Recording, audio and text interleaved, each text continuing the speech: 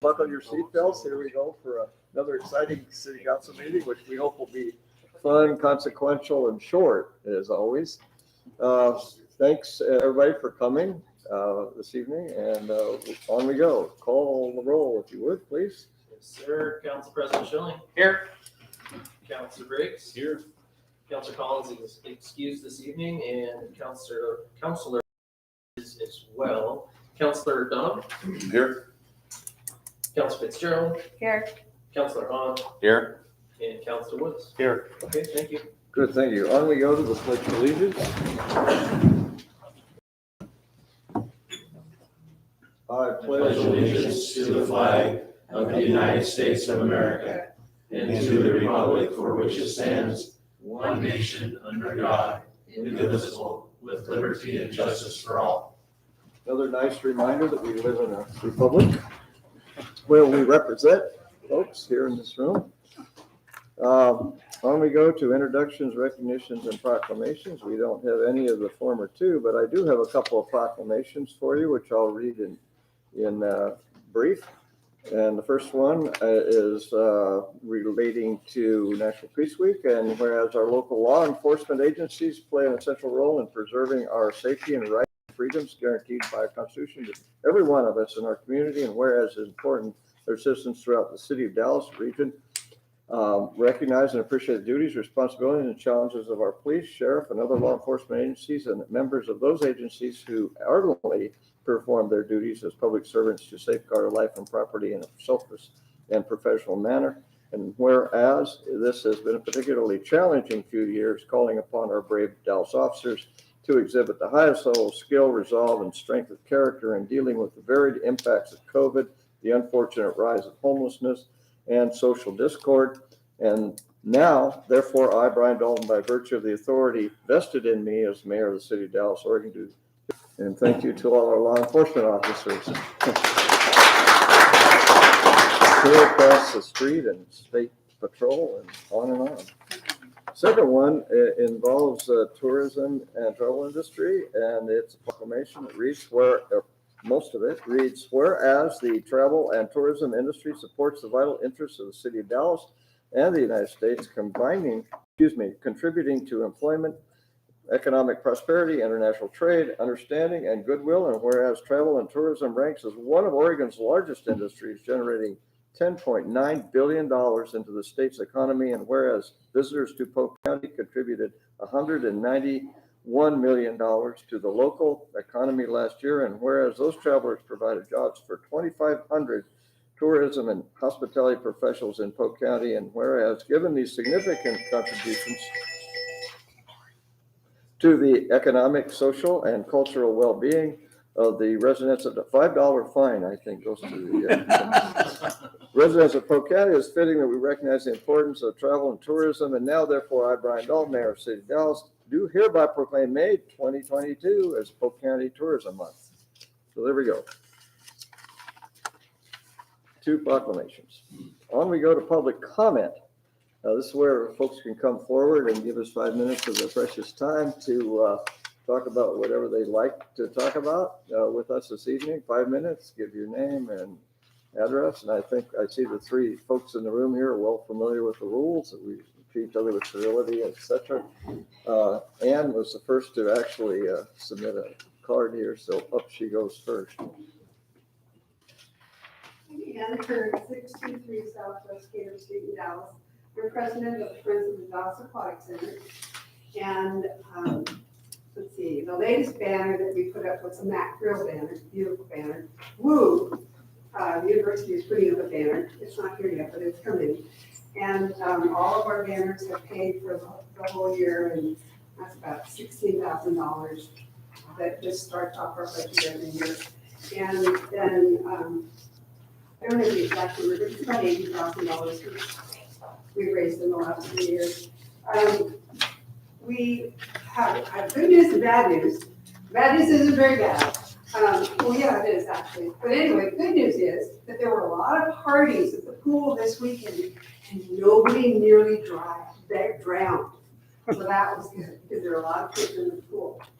I know I told you last time there were 4 that weekend before, but none this last weekend.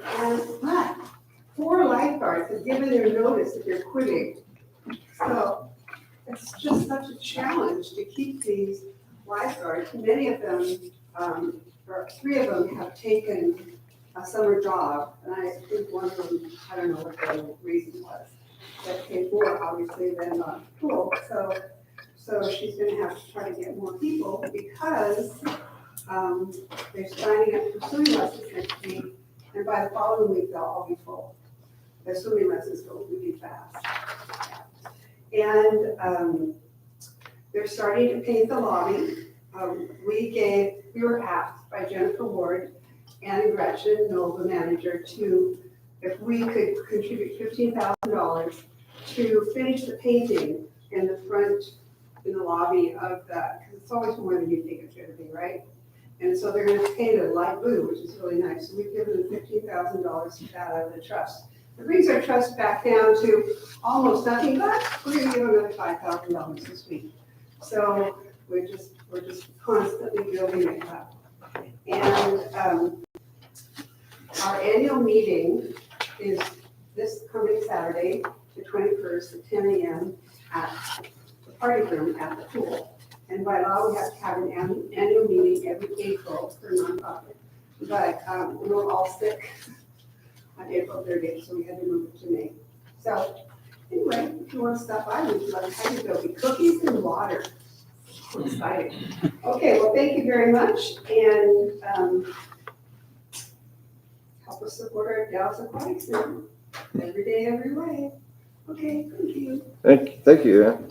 We appreciate what y'all do down there. It's really amazing. That's a lot of money that they raise for us. It saves the Dallas taxpayers a bundle of money. Well, it's the people that use it that are giving all this money. You know, $15,000 a year, yeah, that's great. But all these donors keep giving us money. It's just wonderful. You're suffering with the popularity of the place. All right, on we go. Joe, you have something for us. Come on up. We should all have this problem. Too many donors. I thought she was going to say 4 lifeguards. Never enough. Good evening, everybody. My name is Joe Kovac. I've actually spared you guys for quite a while, so some of you I don't even know that well. I work in Oregon City, so you can thank Oregon City School District for keeping me out of this chair for quite a while. I live at 565 Southeast Mifflin Street in Dallas, Oregon, and I'm a Dallas resident by choice since the year 2000. However, tonight I'm speaking to you as the chair of the City of Dallas Urban Renewal District Advisory Committee. Pursuant to City of Dallas Citizen Advisory Group's member and staff manual, I have been authorized to represent ERDAC here.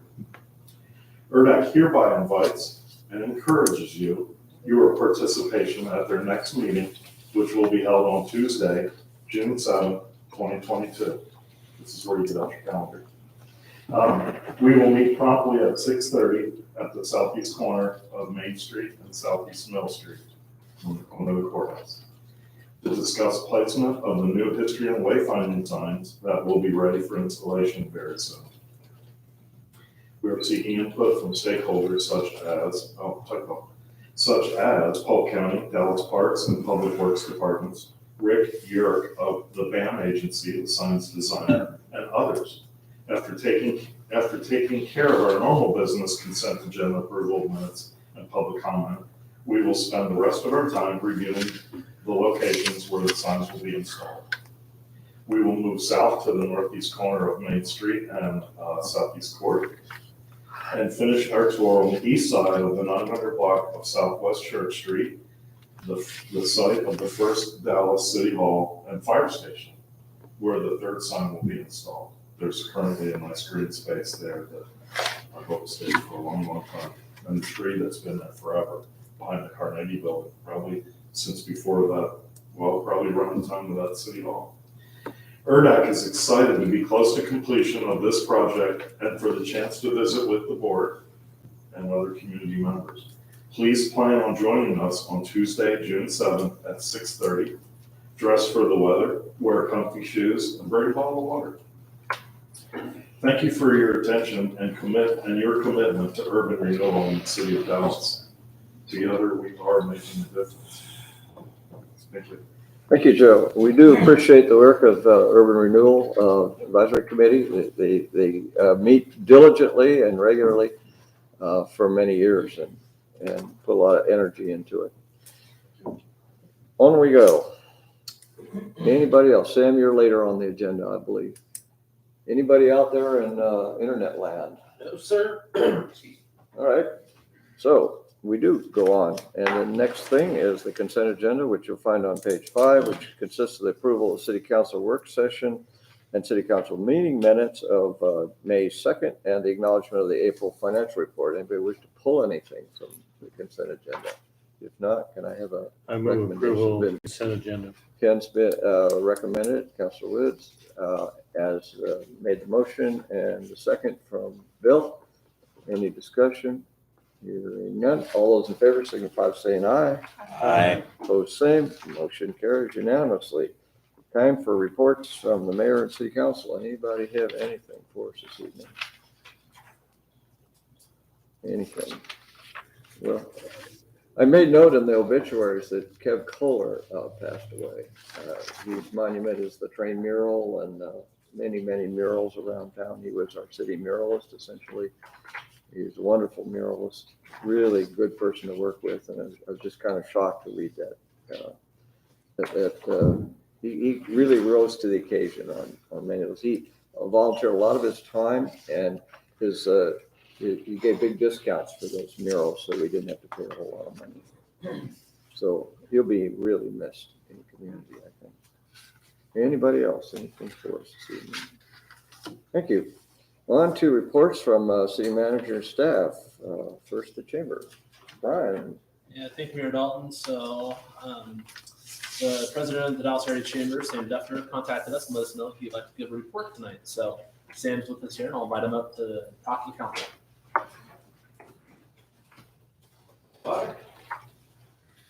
Kind of interesting side note there, Brian. We had a chamber event today in lunch and learn series, and I asked everybody what their favorite part of Dallas was, and I had someone who just moved out here said their favorite part of Dallas was the murals. So that just came up. So this is the first time I've had an opportunity to sit down and chat with you about what the chamber does, and kind of two-way discussion. I put together a little bit of a overview in terms of where we are, what we're doing, and then if you have any questions for me, I'm glad to answer them. So our focus is promoting Dallas businesses to strengthen the business community and then hopefully strengthen the community as a whole. We just got through working through our strategic goals for the next 1 to 5 years, and those start with solidifying our financial resources and making sure we can pay our employees and employee issues. From there, our main goals are engaging the businesses with each other and then engaging them as a business community, and then building alliances with those business leaders, business members, and with the business community to make the community better. And then after that, we want to work on focusing on workforce development and strengthening the community as a whole through workforce development. That's our primary goal. Currently, we are Finally, after some big shakeups, it's been about 3 or 4 or 5 years ago now, we are finally back to financial stability, I believe. That's primarily through a new staff member who's been with us for a few years. She got to start right at the beginning of the pandemic. That was fun. Doing a great job in terms of gaining membership for us and building that coalition of businesses. So our next step is we hope to have a formal location that isn't going to move again. We've been moving around quite a bit, which causes all kinds of issues, of course. And then staffing that location so that we can have someone there for businesses to come in with needs and anybody, general public, to come in with needs for the chamber as a whole. We've been working on restarting a lot of our collaborative efforts because a lot of those were lost due to COVID in terms of being able to meet and have all that face-to-face time, kind of like the one I was at this morning. And forming collaborative efforts with nonprofits. We're strongly working on that, and other NGOs and government agencies. We're I'm here too, to strengthen those collaborative efforts and building our membership base. So we're kind of at that level. We're getting ready to start moving more towards the workforce development, workforce, and that community building as a whole. So our current programs that we're working on and membership, we've got an ambassador program that we're trying to restart. We had it in the past. The ambassador program is the one that goes out and does the ribbon cuttings for the new businesses that come to town. They're also the ones that approach businesses and try to help them either base level navigate through some of the red tape, which honestly isn't that bad in the city. But of course there is some. But navigate through that, navigate through all the issues of getting a business started and how to be successful in our community. In the next level up in our engaging businesses, we have an awful lot going on. Keep in mind, as I go through all this, we have one part-time employee, and I believe it's 7 board members who are all volunteers and all either run full-time businesses or organizations. So it's kind of impressive when I start to list it all off. So we do a lot of networking events. Right now, there's a women in business group going on. The meetings are on Mondays here. We have a young professionals group, which is kind of getting restarted. It's meeting again, but that's a group of young business owners. They say young at heart, so it tends to get a little bit older as time goes on, but anybody my age or younger generally shows up. Those meet once a month. We have Wake Up Wednesdays where we do just a networking event. There's usually someone, either Brian or Charlie show up to those usually. Those are every other Wednesday at a local business. The next one is this Wednesday, by the way, at Synergex Auto. It's at 8 in the morning. We just get together for an hour and network and talk about what's going on with the businesses and whatnot. We do the luncheon series, which we're actually taking a pause. Today was the last one before fall, as we're kind of laying off on that in the summer because we get some other events going on in the summer, and we'll get back to that. Those also include the state of the city and state of the county and state of the school district. So we'll have city officials come to one, we'll have county officials come to one, all the school district and so on and so forth. We have community events that focus on businesses as part of the community. Our big one that we took over is the parade for Crazy Days and the car show that goes along with that. We used to do more events. We're kind of paring that back a little bit because we want to focus more on the networking and allowing the business to do that, but that's something that's a good membership benefit and it's good for the community as well. So we wait for businesses to get involved in the community.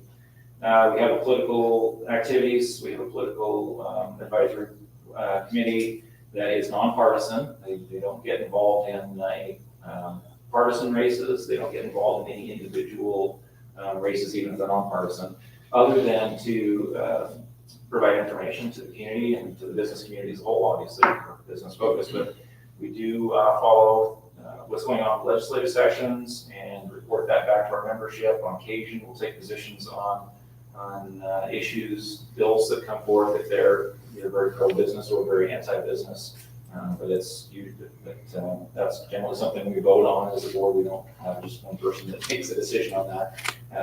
Then we try to provide information to the voters. So, for example, we just did a candidate forum for the county commissioners where we both county commissioners that were running against each other. We let Commissioner Gordon talk because he's up for election, but he's running unopposed, so he really wasn't much involved in that. But we let both of the other candidates speak on various different issues, and that gets recorded and put onto our website, and it gets sent out to our membership so that people can see where there are any issues. In terms of the workforce development, the next main thing we're going to be doing is a leadership summit, which comes up every fall. I've done that for a couple of years, but those have generally been quite well attended, where we get anywhere up to 50 people that will show up to a summit provided by well, the last one was our Venture Institute, so it can be a large organization like that, or it can be more of just a business training thing. We've had people from Oregon, the state of Oregon, come and talk about various different business issues on that as well. We're working with some interns. We lost one, but we've got a couple other interns that are through the school district, and the other one is just blank on my brain. A big national organization that provided an intern to us. But anyway, that's a collaborative effort where we can work on workforce development. And the one that always kind of gets forgotten was the trick and treat, where we have the trick or treaters downtown. We get involved in that in terms of workforce development because we work with the Morrison Morrison campus school kids. That's their event. They plan it, they run it, they get together with the businesses. We just kind of are a facilitator to get them partner up with businesses and work that in workforce development. That's all I got. It's one part-time person. So. Any questions? Yes, sir. You said car show. Mm-hmm. What? Tell us about that. So the Rotary dropped the car show because they're too busy, I guess, aged out of it. Volunteers. So volunteers, exactly. We've got a multi-year plan this year. We're putting the car show as part of the parade, and the cars will be able to go through the parade, and then at the end of the parade, the primary part of the parade will go down this Academy Street. The cars will turn off into the Academy parking lot, and we'll space them out in the parking parking lot around Academy, around the stage there, and let people come and check out the cars and that kind of stuff. We're not going to do judging or anything like that this year, but hopefully in future years we can get back to something a little bit larger like that. We just don't want it to die. Good.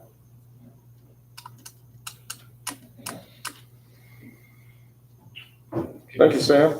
Well, I just want to thank Sam. I think that he's done a really good job at the chamber over the last few years. I don't know when he started, but he's been in there since I started here, and it's not always been the calmest of seas, but he's done a really good job at kind of navigating the chamber.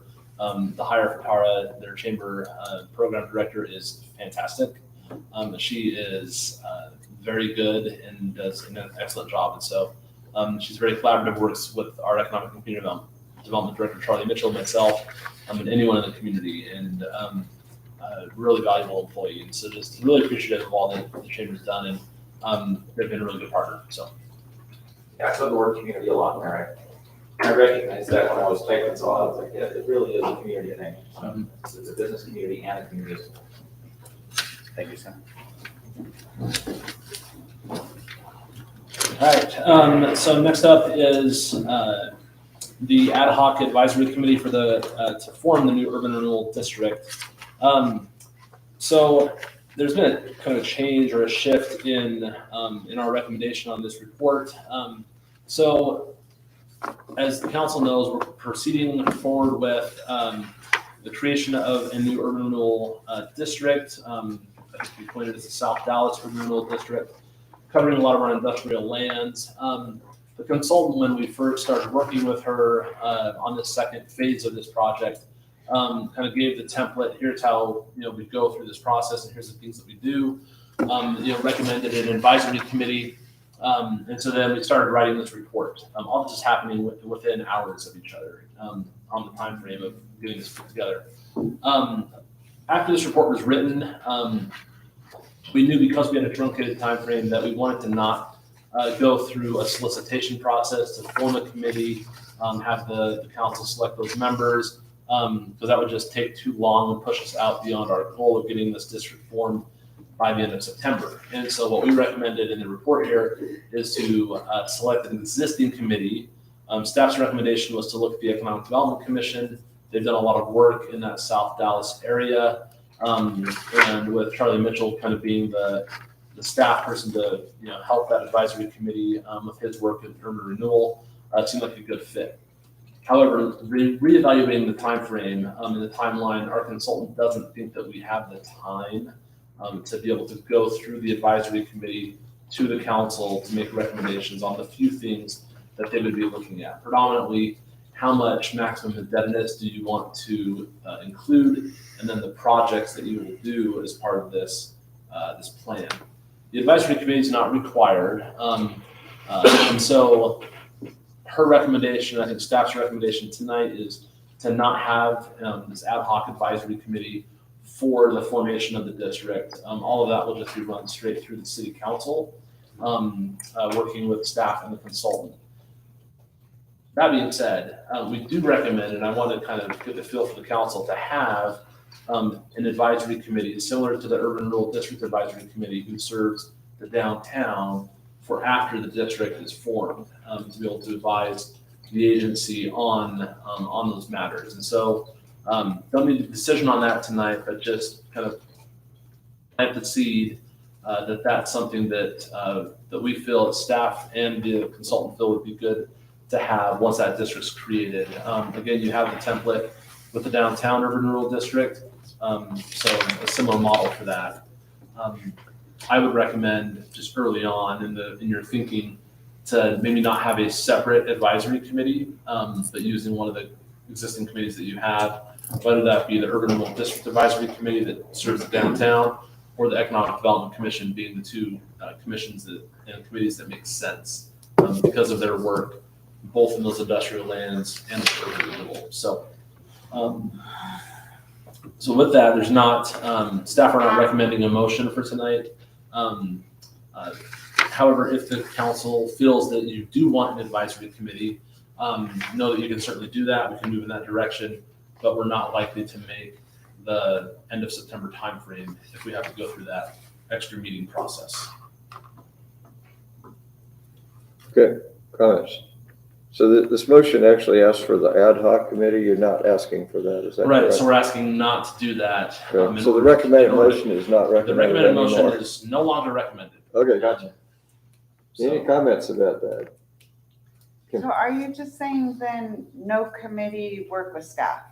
we're saying for the formation of the district to not have an advisory committee And to just help work form the with district. staff? Work with staff, work with a consultant. Yeah, that was fast. You went through that really Yeah. fast. Michael, anything? Yeah, so if there's no motion, we can move I on. mean, we definitely will have a committee after the After, formation. yeah. But due to time, we definitely need to move forward. Topic for another day. Yeah, that'll be a discussion as we go through this process between now and September 30th, to talk about what you want that to look like. We'll incorporate, the committee into the plan and report that will be prepared by the consultant. So the motion is not to do a motion. Oh, there is no motion. The recommendation. Yeah, yeah. Will we be- Recommendation is not to make the motion that was recommended. Will we be hearing from the consultant again directly? We've seen her a Yes, couple yes, times. you will. So again, just an update on that. So, Lane Howard and Tiberius Solutions, they were our consultant for the feasibility study. We went back out for another RFP solicitation for the plan and report. And Lane Howard was the only one to submit on that. And so we felt, well, that's a good continuation of the work that she's already done for us. And so we went ahead and signed a contract with her to do this second phase of the project. And so that'll be our consultant for this project moving forward.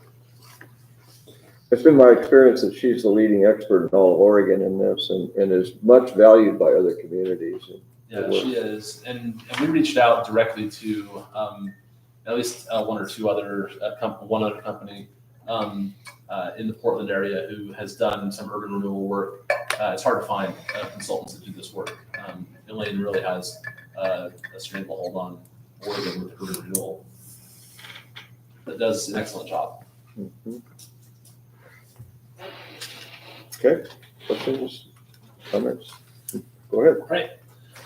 So next up on page 37 of your packet, is the city council vacancy interview questions. Again, former city councilor Paul Trahan resigned in April. The council met on the 18th, requested that we present or solicit applicants. We did that through the newspaper, through our website, other communication out to the community. I'm encouraging people to apply. The deadline for applications was Friday the 13th at 5 p.m. As of the close of business on Friday, we had received 3 applications for the city council vacancy. And so you also asked us to present tonight at this meeting questions for the city council to consider to ask these candidates. Not knowing how many candidates we were going to have, we put together a long list of questions, some of which you can decide that you can ask the candidates to answer in writing, or you can select questions that you would just ask all of them in person to answer. So tonight, you want to review that list of questions. It's attachment A on page 38. Let's identify which questions you would like to ask, and then also if there's any direction on if you would like any of those questions to be asked in writing in advance, you can do that, or if you just want those questions to be asked in person on June 6th. We'll invite the 3 candidates here for that process. What we've done in the past, and it doesn't mean we have to do it again, but we identified 8 questions because there's 8 of us. And you'd ask each one the same question, but we'd rotate who had to answer first on the second question, third question. And we just went through that process. And they all 3 sat here and listened to each other. And so that's kind of how we did it, and worked pretty smoothly. I don't know if writing it takes longer or not, but Will they have the questions in advance? That's up to you. I mean, they'll know if they watch this, meeting tonight, or go back and watch the minutes, which questions you pick. So there's always that I guess opportunity. Yeah, Yes, that's that. the trouble with doing things in the public eye, right? It's all public. So, but if you don't want us to share those questions with them in advance, we won't. Outside of question M refers to Ward 1, and we don't have wards. Yeah, I was going to mention that. Question M, again, we borrowed these questions from our own questions plus other communities who've asked similar questions. So thank you for catching that. I actually crossed it out of mine already. So do we want to identify 8 questions we want to ask, or? Whatever you guys want to do. This is a really council-driven process. Again, your city charter doesn't specify the process. And so however you want to come to a consensus on that is what we're looking for today. Or we could leave it open and you could choose it during that meeting. Just throwing that out. Oh, so you would ask the same question. You're gonna ask the one question. There's 8 different questions, correct? That we're asking. That's what. But there's a list we have before us tonight. And I think if we took time to review, because we have unrepresented councils here that might not want to ask the question that we're putting before them. So Should have been here. So I'm just suggesting that I don't know if we necessarily have to pare it down. If there's some questions you don't think we should ask, then those should be crossed off. Yeah. But then I think at the time of the meeting, we can come prepared with what question we're gonna ask. And I would suggest that each of us have a couple questions in mind that you would like to ask. But I have no problem with them getting the answers, the questions before. I like prepared answers. But that's just my opinion. One of the advantages doing it, what you're saying is we can give the candidates these, all the questions, and then they're over preparing and they don't know necessarily which ones you're going to ask. We can just let them know. The council's going to ask you 8 of these, 20 questions. Are we gonna limit them to a time for their You answer? can, yeah, you can limit them to. I'm not suggesting that, but we'd be here all night with all these questions. Yeah, but again, if you're asking 8, so you're asking 24 questions, right? 24 answers. If you do it times 3 minutes, or if you want to do 2 minutes, There's an it's hour. going to be an hour, hour and a half. Some of these questions are kind of awkward in my mind. And I don't know if we even want to consider them, so, We can cross them off. but that counselor may want them. So that last part. A different council. A different council. Yeah. Get different Yeah, council. that council might want to. Yeah. again, they should have been here to echo your comment earlier. I know that several of them would be pretty easy to combine to get pretty much the same answer. Yeah, some of these questions are pretty similar because again, we pulled them from 3 different places, and so. You just kind of homogenize them into one that catches what we want, what the council wants to know about these folks. I personally have crossed J and K off the list. Yeah, or combine them Because- because they're kind of the same. Yeah, they're the same, but I crossed them off just because J and K is an unrealistic question to ask. As far as maybe if you put in your first term, that would be fine. A, and M. But within the first 6 months, I think A and M are the same. Yeah. And R. I like her. Sure, good. You don't want Warren and M, but you'll take an R. That's right. Okay. does anybody have a problem with crossing J and K off? No. Please do. Any others that you'd like crossed off? Or, sorry. Shouldn't be leaving. M. M. M. We can cross off M in favor of A. Right? Okay. Sounds like R meant when we crossed off. Because we had a counselor that wanted it. The one counselor liked it. Is that the question you're gonna ask him? No, it's not a necessary question.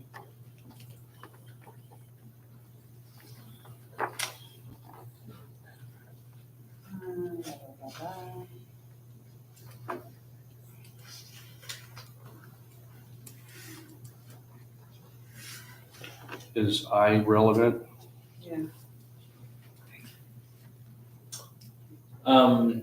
I think one of the things you can get out of that is, whether or not this counselor is going to be one that maybe supports, intergovernmental agreements, has a focus on, any regional partnerships or opportunities. So I think it's a relevant question.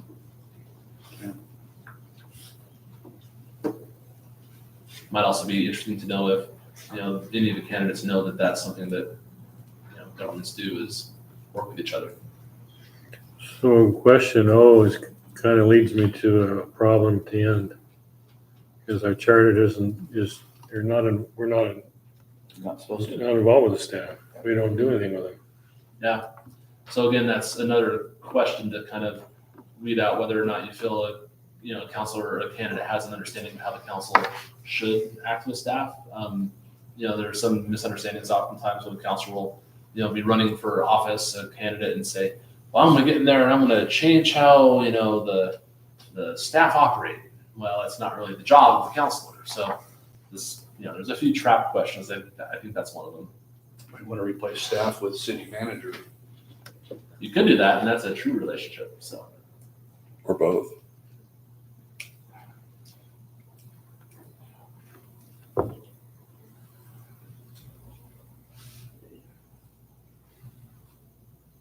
again, we're happy with however you want to modify these questions. These are your questions. So G is pretty tangled. It's long, and by the time you get done reading it, everybody's be exhausted. You forget the question. Just, where's the question? What do you want me to say?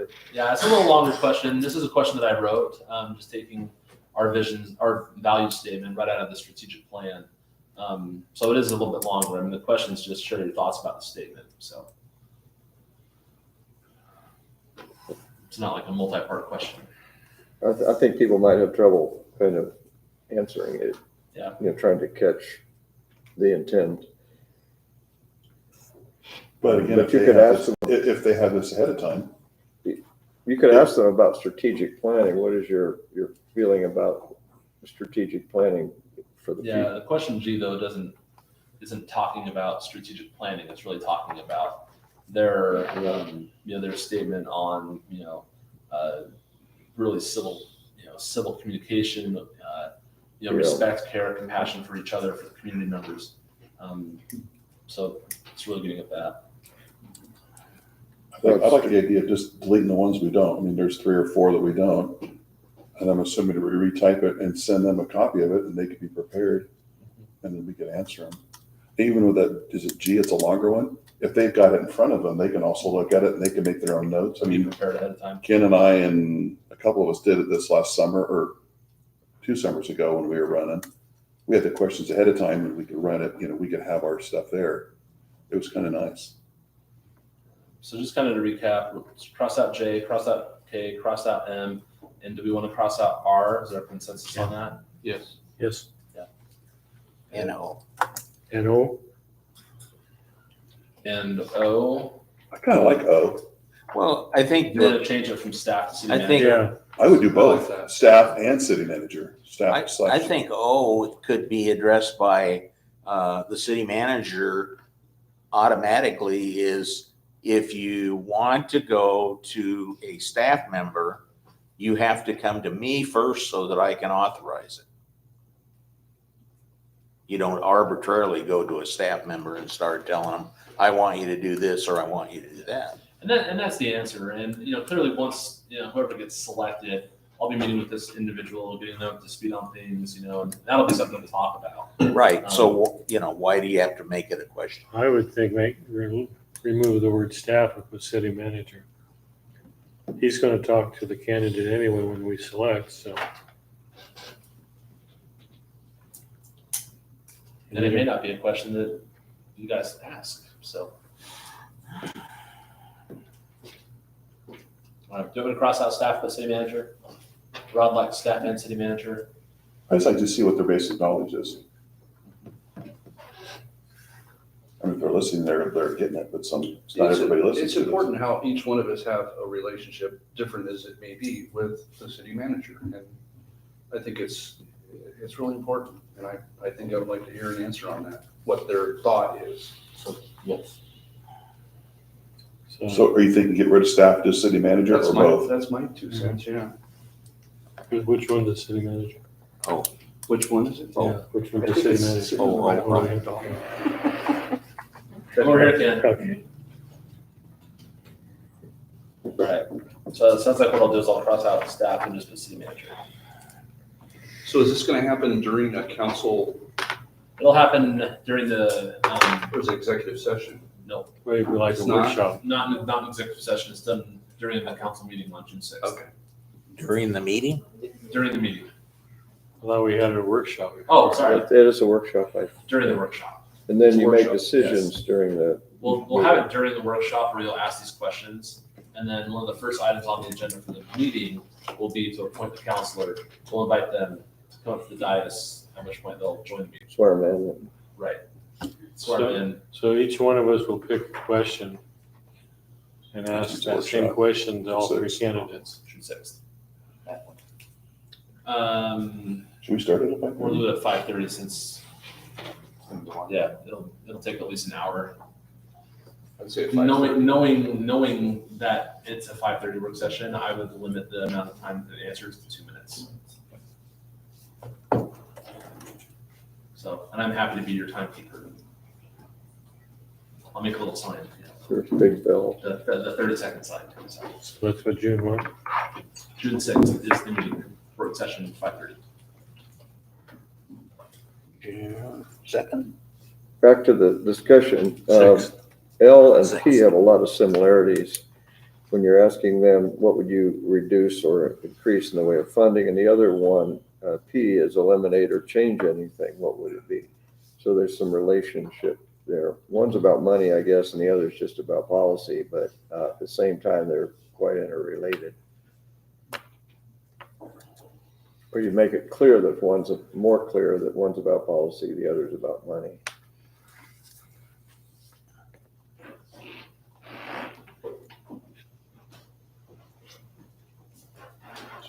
Mayor, what was that? What number were you? It's L and L P. and P. Where you're asking the person, what would you reduce or increase initially? And About then the three which policy changes would you things. make? Mhm. Yeah, I mean, so if I were to make it, I think there's suggestion of having, it more clear that one's about budget versus policy. And so under L, you could say, knowing Dallas is a limited task base and budget, in a scenario where you had to cut, services, what would you, where would you reduce? something like that. But P, we want to make sure they understand it's a policy question. Yeah, and you can do the same thing there. And the other could be just talking about anything, more bigger pool hours or whatever they think. So do you want to modify both those questions? One to be more budgetary, one to be more policy driven? Budget to me is fairly straightforward, but the other one is a little, L's It says straightforward. change L, anything. L sounds good. Need P to be more policy driven, Yeah. policy related. Okay. Do you want to wordsmith that now, or do you just want me to wordsmith it? you can wordsmith it. So Brian, can you explain to us what happens after when we go into the regular council meeting? Do we Yes, go so round robin? So when you go into a so after the work session's done and you've asked a lot of questions, we'll go into the regular session of city council meeting. We'll start the meeting, introducing, introductions, pledge of allegiance, that sort of thing. And then item number 2 on your agenda will be, appointment of a city council member. And then you'll have deliberations, you'll vote on who you want to appoint. We'll go through a ballot process. And so we'll have a piece of paper for everyone, Emily, right? So everyone will have a piece of paper with, the 3 individuals' names on there. You'll pick the one you want. And the first person to get 5 votes is appointed to the council. So Your name has to be on the paper. yeah, and your name will be on the paper. So we'll gather the papers after you vote. So after you deliberate and you're ready to vote, everyone will mark who they want. We'll pass those over to our city recorder. It'll announce the vote count. If we had 5, person that received 5, they would be appointed. If it was 3, 3, and 2, then the 2 that got 3 votes would go to the second ballot. The person that got 2 would not be on the second ballot. So we'd pass out the ballots again. You just vote for one of those 2 people, and whichever one got 5 at that point. So And it's if a it's top and if it's a 2, 4-4 tie, the mayor can have the opportunity to vote in that but if case. it's 4-3-1, the one's eliminated and the other 2. One's eliminated, the other 2, right? Yeah. You would just narrow it down until one person gets 5 votes. And they're in the room. And they're in the room when that happens. And then we would invite them to take their oath of office at that time and invite them to sit at the dais and participate in the rest of the council meeting. And we'll convey that to the 3 candidates as we invite them to the meeting on the 6th.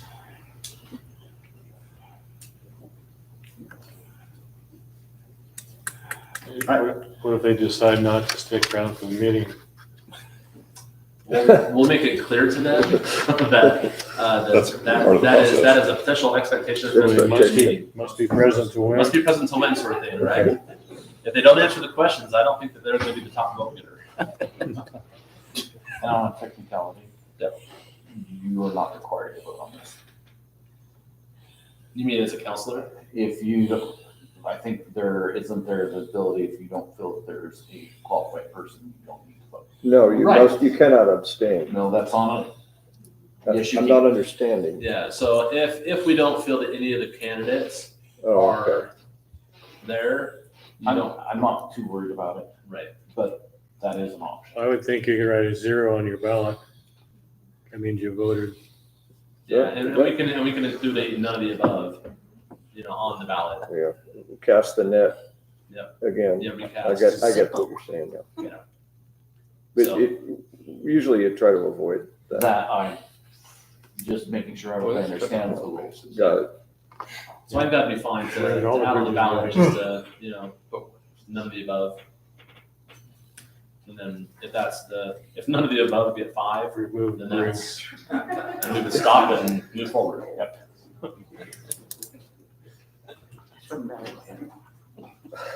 Okay. Okay, well, I think we have the questions, so that's good. We'll get those out to the potential candidates for the potential vacancy tomorrow. And invite them to the meeting on the 6th. All right, next on the agenda is the Economic Development Commission appointment. So we had a vacancy that was created recently when Diana Canals resigned in March. We advertised for this position in our several ways. We received 2 applications. Per Dallas City Code, section 2.905, the mayor makes a recommendation to the council on the appointment, and then the council appoints the committee member by a motion and a vote. The 2 candidates were Peter Cairns and then also Adam Kohler. Their application materials are in the packet, starting on page 40. The mayor's recommendation was to appoint Peter Cairns, and there's a recommended motion on page 39. So there's no issues about having to live inside the city limits for this committee? There is not, and that question was asked earlier today, and I went and looked, and actually none of your EDC members live inside the city limits of Dallas. Right. They are all outside the city, which is interesting. Some live just outside the city. There are two that I can think of off the top of my head that live like right on the edge of the Dallas city limits. But when you created this committee and revamped it about a year and a half ago, you made it so that no one had to live inside the city limits.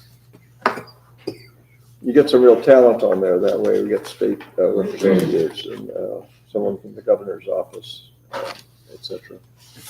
Said Coleman.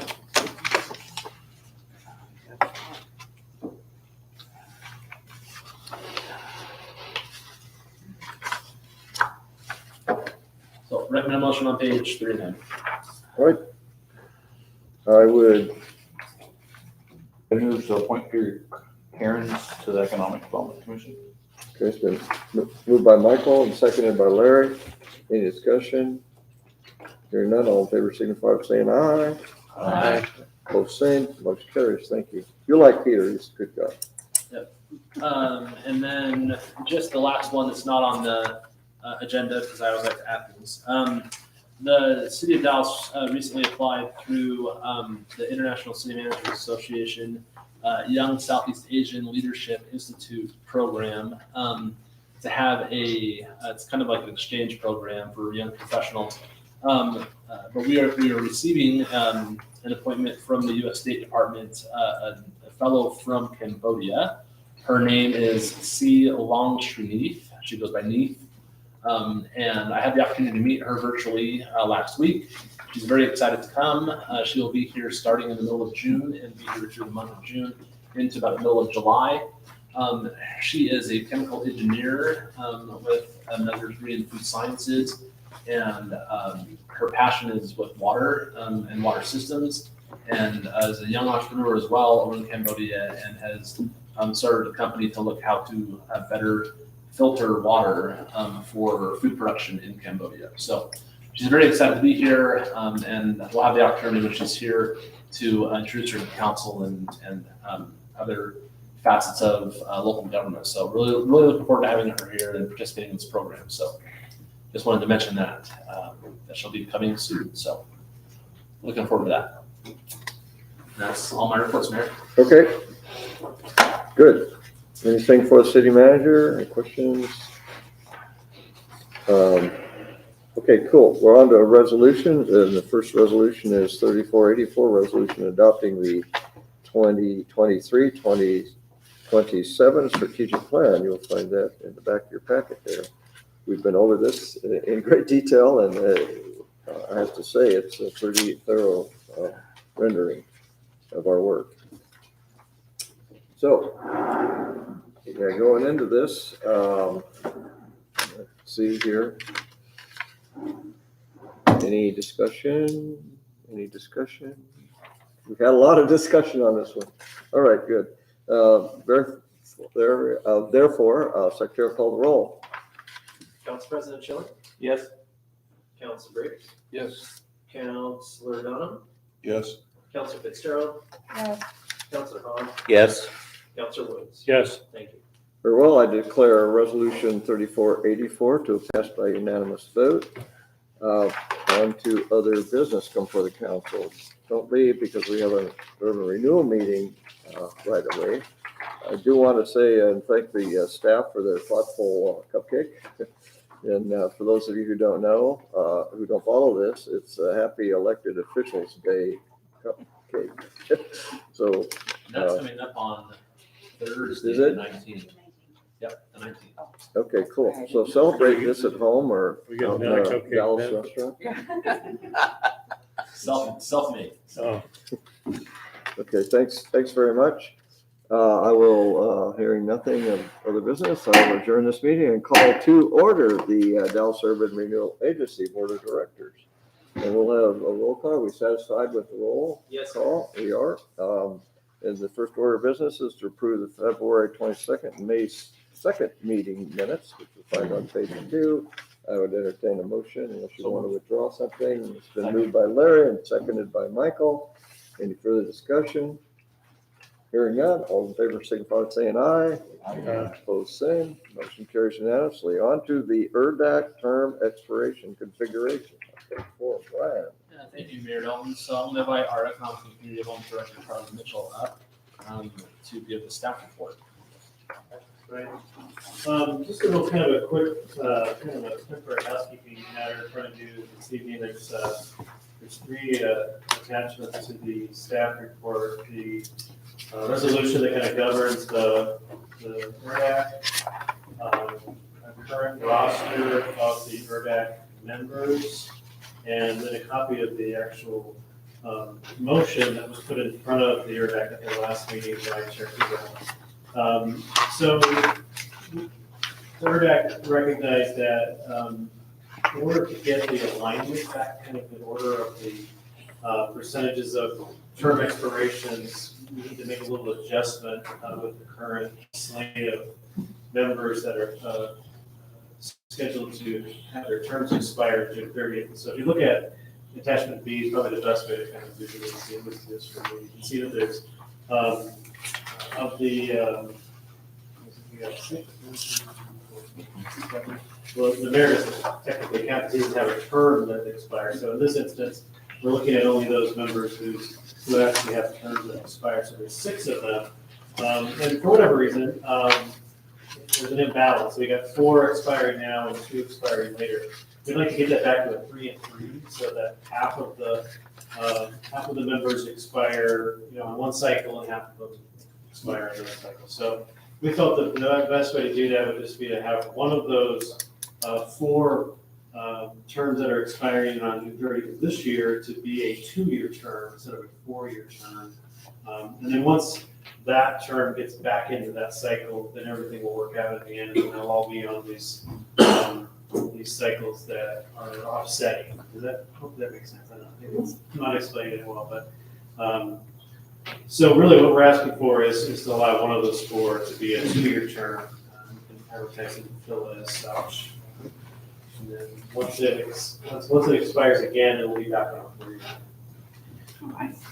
years. Is there a volunteer?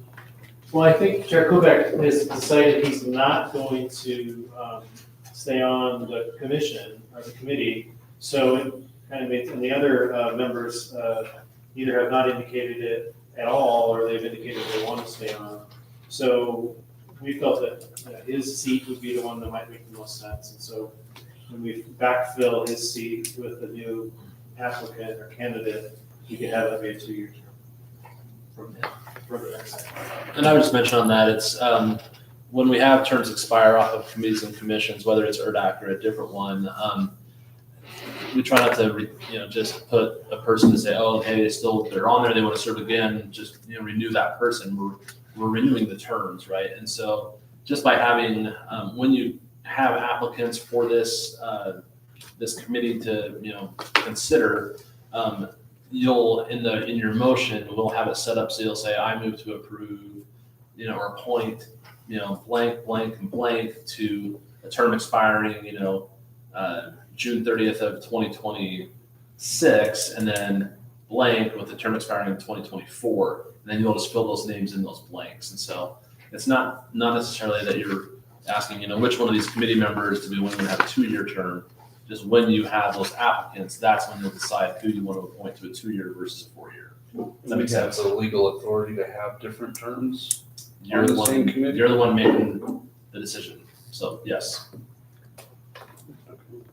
I noticed the chair and the vice chair's terms both expire at the same time. How often do those chairs and vice chairs change? Well, every year, just like in all your committees and commissions, beginning of that term year, they'll elect officers again. As is customary, you just recently saw, like with the budget committee, they tend to just kind of keep nominating the same people until they decide they don't want to be in that position anymore. It's pretty common.